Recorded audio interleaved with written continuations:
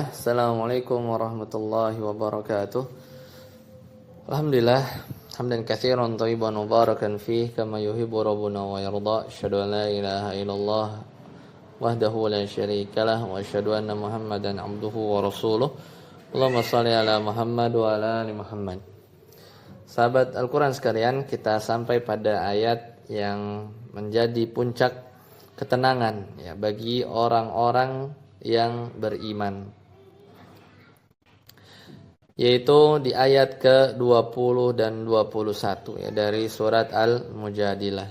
Setelah di ayat ke-19 Allah menjelaskan bagaimana setan menguasai kaum munafik hingga mereka merugi, maka di ayat ke-20 dan 21 Allah menetapkan hukum yang tidak akan pernah berubah, yaitu apa? Bahwa siapa yang berdiri berhadapan melawan Allah, dia pasti hina, dan siapapun yang membela Allah, dia pasti menang. Makanya Allah Ta'ala berfirman, A'udzu billahi minasyaitonir rajim. Bismillahirrahmanirrahim. Innal ladzina yuhadduna Allah wa rasulahu ulaika fil adzallin. Kataballahu la aghlibanna ana wa rusuli innallaha qawiyyun aziz. Maka dari ayat ini Allah memulai innal ladzina yuhadduna Allah wa rasulahu. Sesungguhnya orang-orang yang menentang Allah dan Rasulnya. Muhaddah kata Al-Imam At-Tabari, beliau mengutip dari Al-Imam Qatadah dan Mujahid bahwa muhaddah berarti memusuhi dan memisahkan diri dari batas-batas Allah. Al-Imam Ibnu Ashur menjelaskan di awal surat, yaitu di ayat kelima, kata ini juga digunakan. Innal ladzina yuhaduna Allah wa rasulahu kubitu. Ya. Namun di ayat 20 Allah khususkan untuk para orang munafik yang berpura-pura setia namun batinnya memerangi Islam. Maka Allah vonis ulaika fil adzallin, yaitu mereka termasuk orang-orang yang paling hina.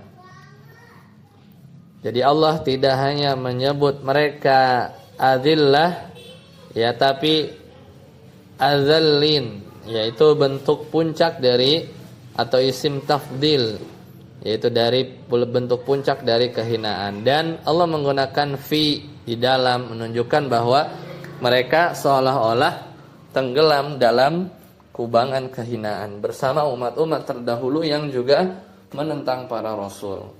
Kenapa mereka hina? Maka kehinaan seorang itu berbanding lurus dengan siapa yang dia lawan. Kalau dia melawan zat yang maha mulia, maka dia akan hina, jatuh ke level yang paling rendah.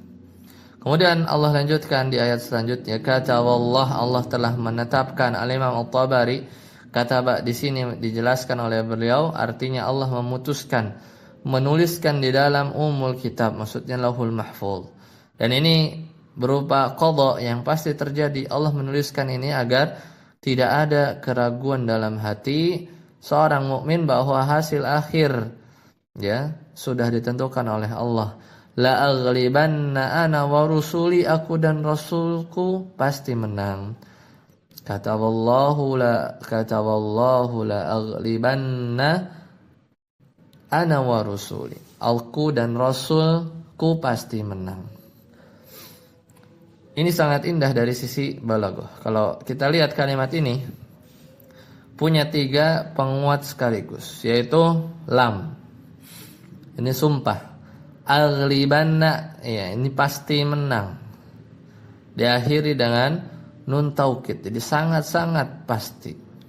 Kata Syekh Siddiq Hasan Khan menjelaskan juga dalam Fathul Bayan bahwa kemenangan ini mencakup kemenangan baik dari sisi argumentasi dan juga kemenangan dari sisi kekuatan atau fisik. Jika para rasul dibunuh secara fisik di dunia, maka kemenangan mereka tetap ada pada tegaknya risalah mereka. Di antara asbabun nuzul ya, mengapa ayat ke-21 ini turun, dari Muqatil bin Sulaiman bahwa menceritakan sebuah riwayat yang luar biasa.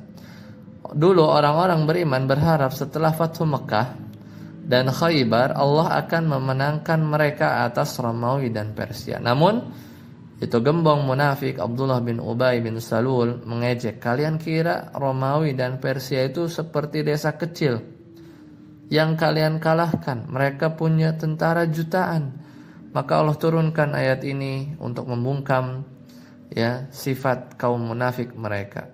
Dan juga di surat Al-Fath ya Allah seperti Allah berfirman di surat Al-Fath ayat 4, walillahi junudus samawati wal ard wa kana Allahu aliman hakima. Miliklah Allah bala tentara langit dan bumi, dan Allah Maha mengetahui lagi Maha bijaksana. Allah ingin memberitahukan bahwa jumlah tentara manusia itu tidak ada artinya di depan ketetapan Allah. Kata wallahu la aghlibanna ana wa rusuli.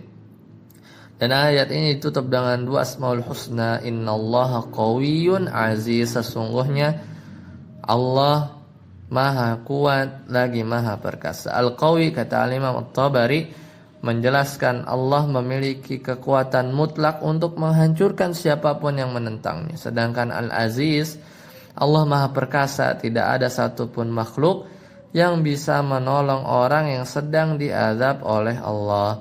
Maka kita mengimani sifat kuwah dan izzah Allah secara nyata sesuai keagungannya, dan sifat ini menjadi alasan mengapa kemenangan Rasul itu pasti terjadi. Dan juga sebagaimana Allah firmankan dalam surat As-Saffat, walaqad sabaqat kalimatuna li'ibadina al-mursalin innahum lahumul mansurun wa inna jundana lahumul gharibun. Sungguhnya telah tetap janji kami kepada hamba-hamba kami menjadi Rasul. Sungguhnya mereka itulah yang pasti mendapat pertolongan, dan sesungguhnya tentara kami itulah yang pasti menang. Maka bagaimana kita menghidupkan ayat ini di hati kita? Maka jangan pernah merasa kita minder menjadi seorang muslim meski secara fisik dunia saat ini ya mungkin di zaman ini dikuasai oleh orang yang jauh dari Allah. Ingatlah kata wallahu la aghlibanna ana wa rusuli. Jadi kemenangan sudah ditandatangani oleh pemilik semesta. Kalau Anda memilih menentang syariat Allah, maka otomatis ya akan menjadi kelompok fil adzallin, yaitu orang-orang yang hina ya, fil adzallin. Dan kalau kita membela Allah, maka kita termasuk orang-orang yang berada dalam barisan al-ghalibun, orang-orang yang menang. Saat menghadapi kesulitan, ingatlah bahwa Allah itu qawiyyun aziz. Masalah kita kecil di hadapan kekuatan Allah Subhanahu wa taala. Lihatlah bagaimana Allah menutup debat kaum munafik ini. Allah tidak hanya menjanjikan kemenangan bagi orang-orang beriman, tapi Allah menyatakan kemenangan itu seolah-olah sudah tertulis. Kata wallahu la aghlibanna. Tidak ada yang bisa menghapus tinta Allah.